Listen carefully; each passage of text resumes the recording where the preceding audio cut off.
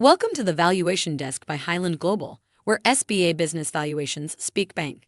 This session is on navigating business valuations under FIRREA, USPAP, and the SBA's SOP 5010-8, effective June 1, 2025. I'm thrilled to guide you through how these regulations shape business appraisals in lending and regulatory contexts. Whether you're a lender, appraiser, or advisor, this session will clarify the rules and help you stay compliant.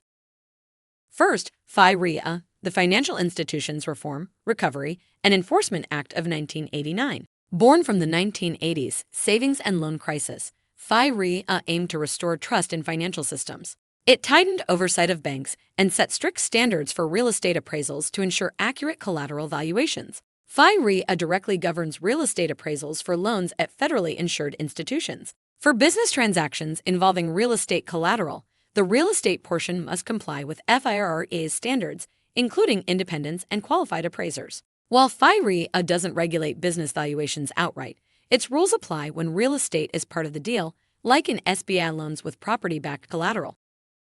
Next, the Uniform Standards of Professional Appraisal Practice. It's the U.S. gold standard for appraisal ethics and performance set by the Appraisal Foundation. Originally for real estate, USPAP now covers business valuations, personal property, and intangibles, ensuring credibility and transparency.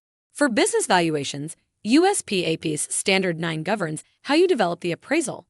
Think data analysis, approach selection, and assumptions. Standard 10 covers reporting, offering two formats: detailed appraisal reports or concise restricted appraisal reports. These standards keep valuations objective and defensible.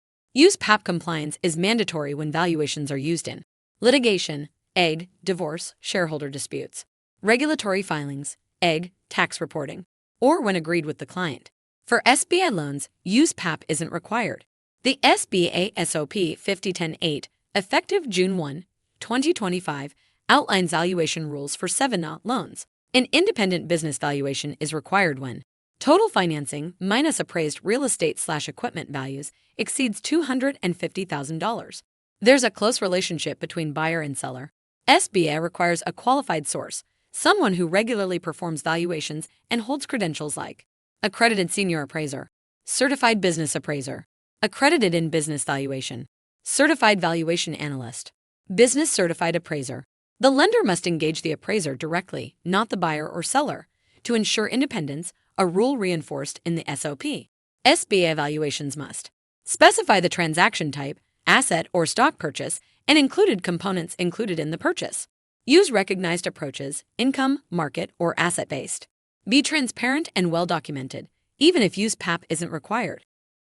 Navigating these rules isn't always easy. Here are common hurdles. FIRREA USPAP overlap. Ensuring real estate appraisals in business deals meet both FIRREA and USPAP standards can be complex. Data quality. Small businesses often provide incomplete financials, complicating USPAP-compliant analysis or SOP tax verification. Regulatory scrutiny. Regulators routinely review valuations rigorously, flagging weak documentation or unqualified appraisers. Here's how to tackle these.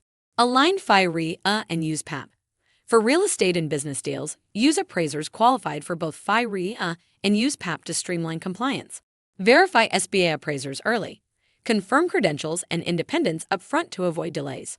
Demand robust data. Require 3 years of tax-verified financials for use in the valuation.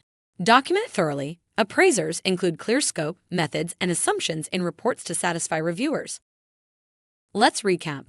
FIRREA governs real estate appraisals in business deals with federally insured loans. USPAP sets ethical and performance standards for business valuations, a best practice even when not required. SBA SOP 5010-8 mandates independent valuations for loans over $250,000 or related party deals. Mastering these ensures compliant, credible valuations that protect lenders and borrowers. Thanks for joining us for this episode of the Valuation Desk.